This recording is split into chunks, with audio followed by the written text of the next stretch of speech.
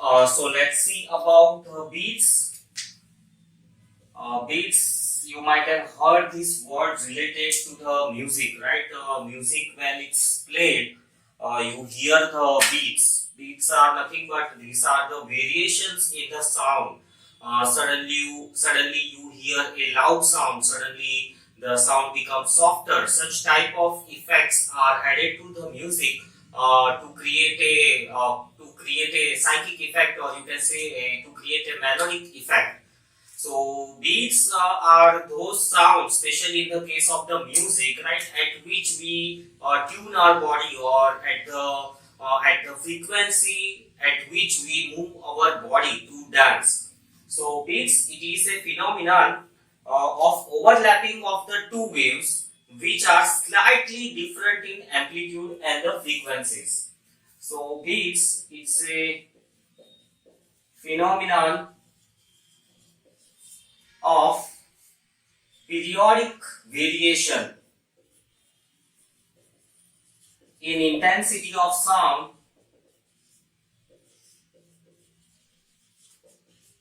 for two waves traveling in same direction,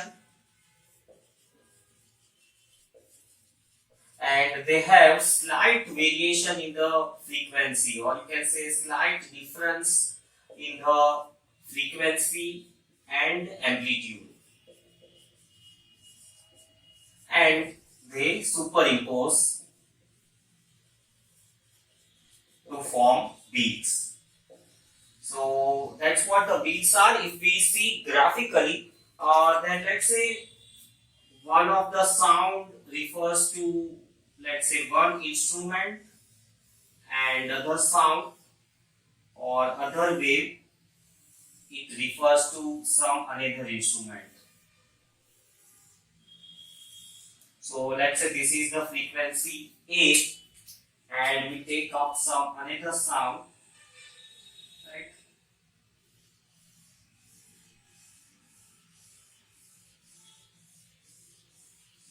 The amplitudes must be same. These both are this is the wave F2 and this one is the wave F1, right?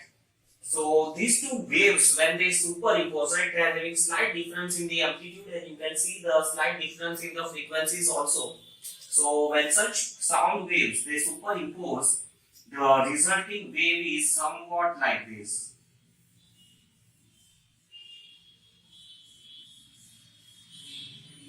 So here you can see a periodic increment and decrement in the intensity of the sound, that is periodic increment or decrement in the amplitude of the sound.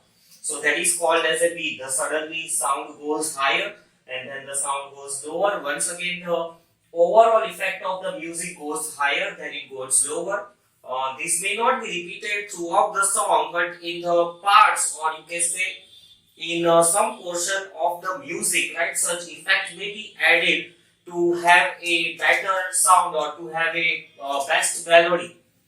So beats are two waves when they superimpose, having slight difference in the frequencies, right? Beat frequency, or a number of beats per second, it is given by F1 minus F2. This F1 minus F2, the difference is always small. Small means it's lesser than 10. Why? Because to satisfy the persistence of hearing. If the difference is more than 10, the persistence of hearing will not be satisfied. Let us see that.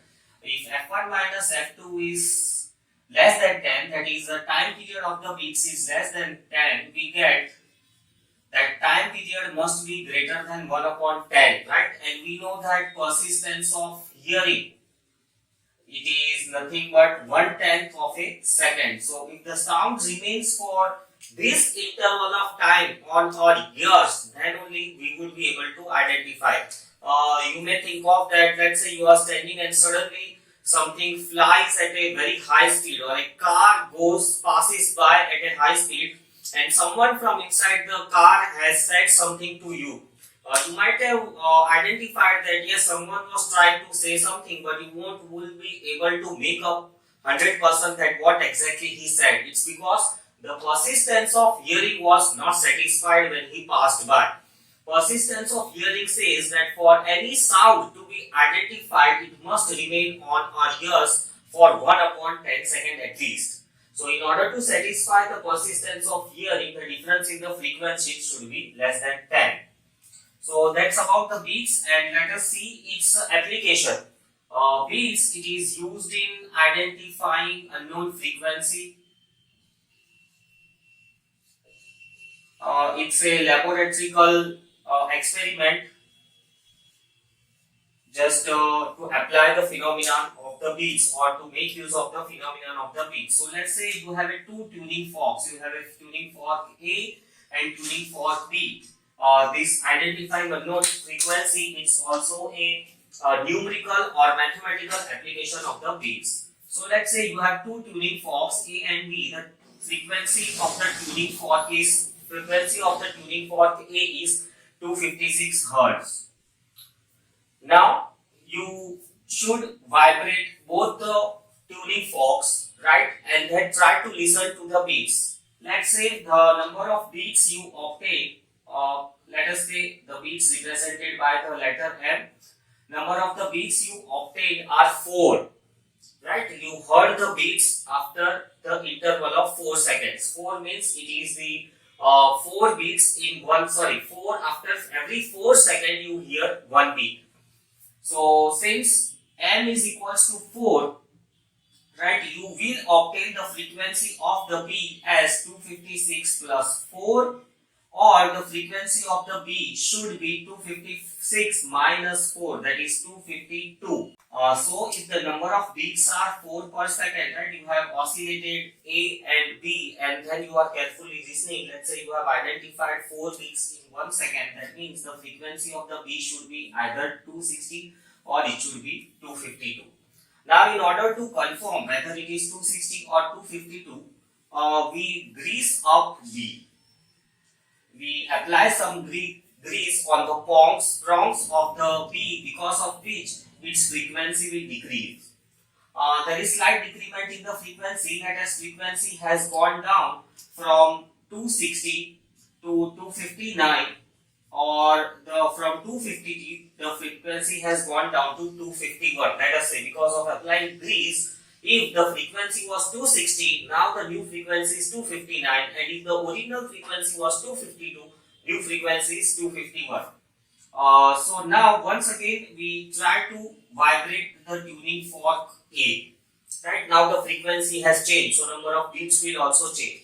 So after vibrating A and B again, let's say you hear the beats after 3 seconds. Or another option which would be, that is you hear the beats after 5 seconds. So if the beats are heard after 3 seconds, the value of the B will become 259. Correspondingly, the frequency corresponding the value of the B or frequency of the B is 260, right? And then let's say if the beats are heard after 5. If the beats are heard after 5, that means 256 minus 5 will give you 251, and corresponding to 251 the number of beats are corresponding to 251 the original frequency was 252. So now we are very clear, if we get new beats are less then the value of the M will be taken as number of the beats will be taken as +4, and if the number of new beats will be more, then the original number of the beats was -4. So that is how we get to know the frequency of the B. Once again, the frequency of the A is 256 Hertz. Frequency of the B need to be identified. So in the step 1, right, we oscillate both the tuning forks and find out that the number of beats in 1 second are 4. Now based on this observation, we find out that the frequency would be either 260 or 252.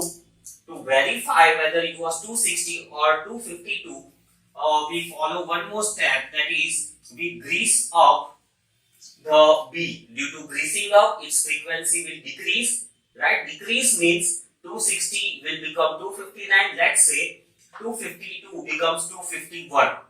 Now once again in the step number 4, oscillate both the tuning forks and listen to the beats. There are two options available. The new beats M dash is either 3 or 5. If the M dash is 3, corresponding value of the B, we get it as 259. So 259, it ultimately leads us to the conclusion that the original frequency was 260. And if we get beat equal to 5, which leads us to the conclusion that the original frequency was 252. Apart from concluding the frequency of the B, we can also conclude that the value of the M would be either plus 4 or minus 4. The frequency here we can say that let's say A and B, they are forming the beats after some plus or minus m seconds, and we are required to find out the frequency of the B, which would obtain as frequency of the A plus or minus m. So m is number of the beats. Originally it was 4, after increasing up it become 3 and 5. It helps us to conclude about the original frequencies as well as about the m, whether it would be plus m or minus m. Now let us try to evaluate the beats mathematically. So let's say you have a one wave S1 equal to R sine 2 pi F1 t, and you have another wave R sine 2 pi F2 t. For simplicity we have taken amplitude same. So for these two frequencies, when they superimpose, right, we will use the mathematical formula, that is sine C plus sine D will be 2 sine C plus D by 2 cos C minus D by 2. So using this expansion, we get the value of S as 2R sine pi F1 plus F2 into T and cos pi F1 minus F2 into T. I have applied this formula, some algebraic calculations I have not shown. So rewriting 2R cos pi F1 minus F2 into T sin pi F1 plus F2 into T. So this is the new wave, or you can say this is the equation which represents the beats. In this equation, this part represents the amplitude. So for amplitude to be maximum, right, this value should also be maximum. For this value to be maximum, the value of cos, right, it must be integral multiple of pi. We know that cos 0 is 1, cos 180 is minus 1, right? So integral multiple of pi, either 1 or minus 1, it is maximum in both the directions. So simplifying this, we get the value of t as n upon f1 minus f2. So from the frequency of the two instruments F1 and F2, we can find out after what intervals the beats are heard. So 0, 1 upon F1 minus F2, right? Then value of n will be 2 F1 minus F2. So these are the time intervals after which you can hear the beats. Correspondingly, beat interval or a beat frequency. This is the beats interval. Beats frequency, it is F1 minus F2. The interval after which the beats are heard at this time, but what is the fixed interval after which the beats are heard? So if you subtract any two intervals, you will get 1 upon F1 minus F2. So this is the interval after which, regular interval after which the beats will be heard. It's a periodic phenomenon. And to have minimum amplitude, right, this value of cos must be minimum, and the value of cos is minimum at 90 degree. So 90 can be written as odd multiple of pi by 2, cancelling out the cos, and correspondingly we get t equal to 2n plus 1 by 2 into f1 minus f2. So if we simplify this, for value of n equal to 0, it would be 2 times f1 minus f2. For the value of n equal to 1, 3 by 2 into f1 minus f2. For 2, 2 2s are 4 plus 1, 5 by 2 f1 minus f2. So this is the time interval after which minimum will be heard. This is the time interval after which maximum will be heard.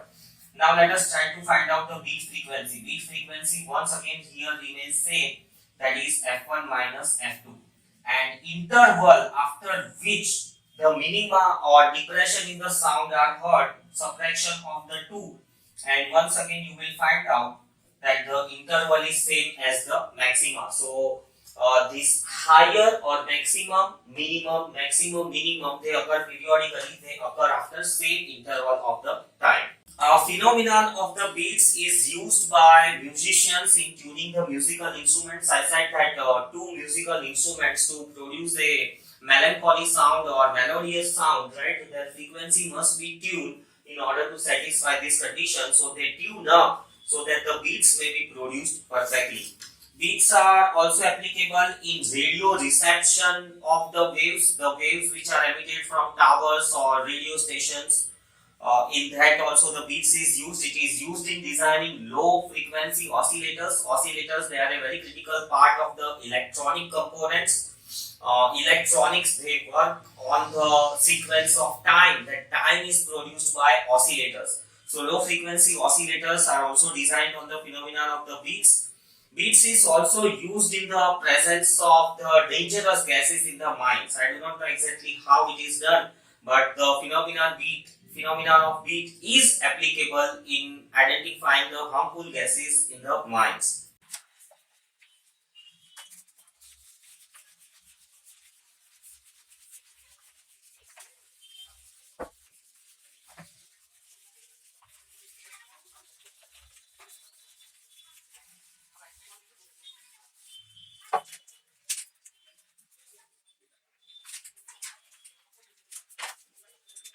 Let us see Doppler's effect in sound.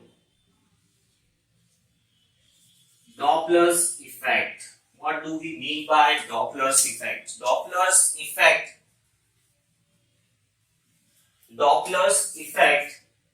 it means apparent change in the frequency.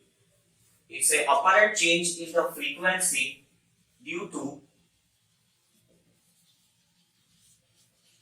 the apparent change in frequency of sound due to relative motion of source and the listener. Source, let's say it's moving, listener also, let's say it's moving. We won't be able to hear we won't be able to hear its original frequency, rather than some apparent frequency would be heard by us. Example, let's say when you are standing on a railway station, right, the train is coming from the behind. By the intensity of the sound, right, you know that the intensity of the sound goes on increasing. That is nothing but the frequency received by your ears goes on increasing, right? Exactly, the horn of the train, it is sounding with the same frequency, right? The horn, it's not increasing its frequency. So what happens, or what is exactly happening, that the sound received by your ear is more than what is emitted by the source. So here Doppler performed experiments and he found out that if there is a relative motion in the source or in the listener, right, or let's say even in the medium, if there is a relative motion, then the frequency received by the listener is different than the frequency emitted by the source. Just exactly like the train is emitting same frequency continuously, but the frequency received by our ears goes on increasing. So because of the train is in motion, the Doppler effect comes into existence. So let's see about the equations of the Doppler effect. So let's say we have a source which is emitting the sound, and the velocity of the sound, let's say it's v. Source is moving from left to right, and we have a listener whose velocity, let's say it's vl, and it's also moving from left to right. The medium, or we can say the air, it's also moving with some velocity vl, velocity of the medium. Now for listener, for the source, the apparent wavelength, for the source apparent wavelength, right? Apparent wavelength would be, let's say if all of them are stationary, right? Under those conditions, source is also not moving, listener is also not moving, medium is also stable. So under that condition, simple, the frequency received by the listener, right, will be equal to velocity upon wavelength. So same frequency would be received by the listener by the simple formula. But in case if the motion is there, if motion is there, because of the motion, the wavelength will change. And because the wavelength is changing, right, the listener, it would hear some apparent frequency.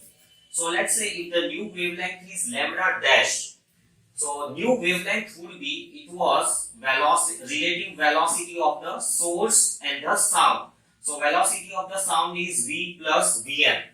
Medium is also moving, so it would add up to the velocity of the sound. So velocity of the sound, which is v plus vm minus vs. This is the apparent velocity with which the sound is traveling, and since the velocity is changing, it's not as original. There is a relative motion, so there is some relative velocity, and due to this relative velocity, the new wavelength lambda dash upon f, the frequency is same. Here this is, we have calculated new wavelength which is in the medium. It is traveling towards the listener. And now when we come to the listener side, what frequency it has received because of change in wavelength. So it would be, for listener, the velocity, relative velocity is sound minus Vn upon lambda dash. So relative velocity existing for the listener, you may say that the velocity of the sound with respect to listener. So it would be this upon lambda dash, since the wavelength has been changed. Wavelength has changed because of the motion of the medium. So this is the frequency received by the listener. This is the wavelength, right? Apparent wavelength which gets modified because of the relative motion of the sound and the source. So substituting here the value of lambda dash, we get f dash as v plus vm minus vl upon v plus vm minus vs multiplied by f. So this is the apparent frequency heard by the listener. This thing can be slightly made simpler. Let's say if the velocity of the medium is 0, medium is not going anywhere, it's stable. So f dash would be v minus vl upon v minus vs multiplied by f. And generally concluding, here I have shown that all of them are moving in same direction, but there may be many cases that the source is moving towards listener, listener is moving towards source, or one of them is rest. So many cases. So this equation in general, it can be written as velocity of the sound plus or minus velocity of the listener, same for the denominator. So this is the general equation for the Doppler's effect in the sound. Let us see various cases. Considering various cases, here the sign convention what we have used is, all the velocities from left to right direction are taken as positive, and all the velocities from right to left direction are taken as negative. So considering this equation, f dash equal to v minus vl, right, because this equation is obtained on the basis of all of them in the positive direction. So we will take this equation v minus vs into f. So we'll take this equation and let us take up the first case. So let's say in the first case, the source is moving towards the listener, sound obviously it's moving towards the listener, and the listener is stationary. Listener is not going anywhere. So in this case, if we substitute the condition, it would be v upon v minus vs dot f. So here if you see this fraction, it is greater than 1, right? So ultimately the apparent frequency would be more than the original frequency. This is the exact condition of the railway station. You are standing here, the train is approaching from behind, you hear the increase in frequency which help you To make aware that the train is approaching, you must take a safer position. Second case, in the second case, let's say source is at the zero speed and the listener it is moving in the forward direction with the velocity vl. So in this case, if you find out f dash, it would be v minus vl upon v into f. Now this thing, if you see this fraction, it is lesser than 1. So this fraction is lesser than 1, that means ultimately f dash will be less than f. The frequency heard, right, it would be lesser than the f. The source is 0, listener is moving. So this is like, let's say I am sounding a horn from here and you are moving on a vehicle. So as you are going far away, slowly, the frequency, apparent frequency is going on decreasing. Then the third condition, let us say that the source is moving towards the listener and listener is also moving towards the source. So if both of them are moving towards one another, the apparent frequency would be V. The L, it has changed this direction, it is in the negative direction, so we'll take VL, and the source, it is in the same direction, so V minus Vs. So here if we notice f dash, it would be this. So in this case, right, in this case both of them are approaching one another, this fraction would be greater than 1. Ultimately f dash is more than f. Both of them are sounding horn, they are coming towards one another, so ultimately both of them will here increase in the frequencies for both of them. Now let us take another condition, right? Source is 0, source is not moving anywhere, but listener is coming towards the source. So sound, it is from left to right. So now in this condition, once again if we try to put the modifications, it will be V minus VL. The direction of the VL has changed. So as per the sign convention, right, and this thing if we inspect, it would be V plus VL by V into F. Fraction would be greater than 1. So ultimately f dash, that is the frequency heard by the listener, would be more than the frequency emitted by the source.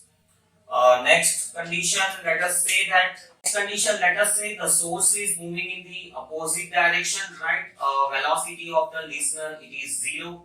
Velocity of the sound would be towards the listener. Under this condition, if we modify f dash, it would be, right, VL is 0 and V minus Vs. So here once again you can note that f dash, right, it would be lesser than the f. Source is moving away, right, listener is stationary. So from all these special cases, right, for sure you may conclude that if both of them are approaching towards one another, apparent frequency on the ears would be more.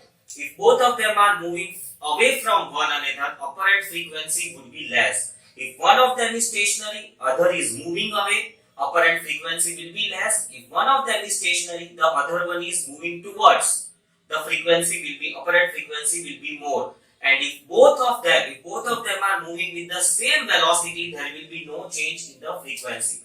Let us see that last case, right? Both of them are moving in the same direction, that is from left to right, and let us say both of their speed are same. So f dash will be v minus x upon v minus x dot f. So here you can see the frequency would remain same. So most of the times when you are traveling on a highway, right, you try to notice this effect. When the vehicle from the back side, it blows the horn, right, from the continuous blow of a horn, the front driver gets to know that he can estimate that with what speed the vehicle from the opposite side or from the back side is coming. So that's about the Doppler effect. Doppler effects also find its applications. Police use it to check the overspeeding of the vehicles. It is also used at the airports to guide the aircraft. From the sound of the aircraft, the operating station gets to know that how close or how far it is. There may be some complex instruments also involved. It's used in military to detect enemy aircraft. You might have seen radars. So those radars they make use of this principle, Doppler's effect. You might have also heard the word Doppler radar. It's also used by astrophysicists to measure the velocity of the planets and stars. It is also used to study heartbeats and the blood flow. So that's about the Doppler's effect.